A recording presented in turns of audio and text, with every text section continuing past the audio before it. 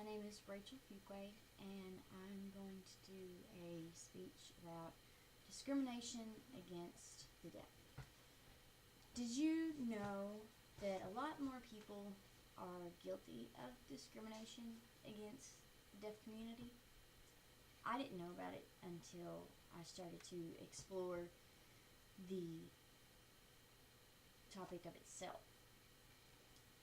I went and looked at 3 different articles and did my own research and realized that I'm guilty of discrimination against deaf. Not intentionally, but it's still discrimination whether it is intentional or not.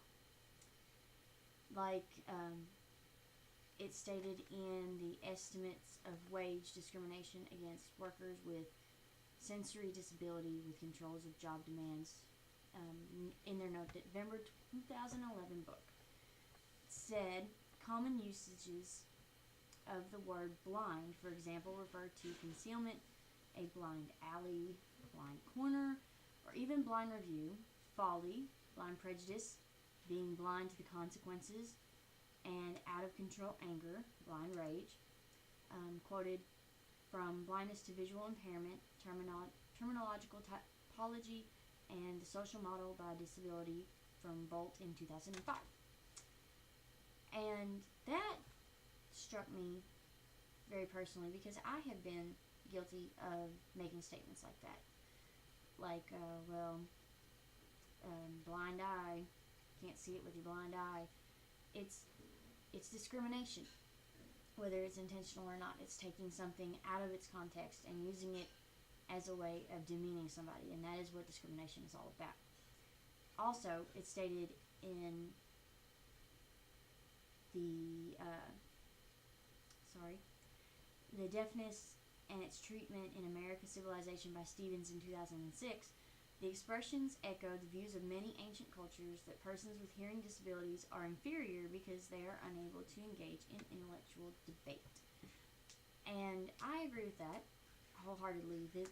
That's what a majority of our civilization, what our community and society all view someone who they assume is different.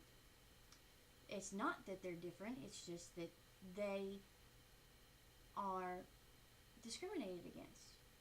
They're treated as something different and treated as something that isn't working to its full function, and that's what discrimination is all about.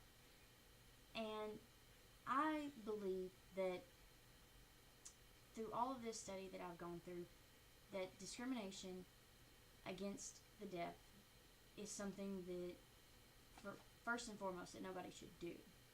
And second of all, that community, the deaf community, is being singled out. It's being treated as a phobia. Nobody wants to deal with it. Nobody wants to try to communicate with somebody from the deaf community because it scares them. It makes them feel like it's impossible to communicate. For example, in the working community, it states, like I said about the fear, Gulliver in 2008 stated in Places of Silence in Making Sense of Place that it explains how the idea of silence is somewhat iconic of deafness, and how the images of deaf people living in a world of silence are familiar to us hearing people because the deafness that they describe is closely akin to notions of silence that we all recognize and perhaps fear. So it's not that they're experiencing something that we have not experienced. It's that they experience silence all the time. And that scares everybody because those people who can hear don't have to deal with that. They don't have to be in silence. They have their way of communicating. They have their way of hearing. So they know that they're not alone. They can actually experience everything around them. They bounce sounds off of objects and hear it. And with someone from the deaf community, they don't have that opportunity.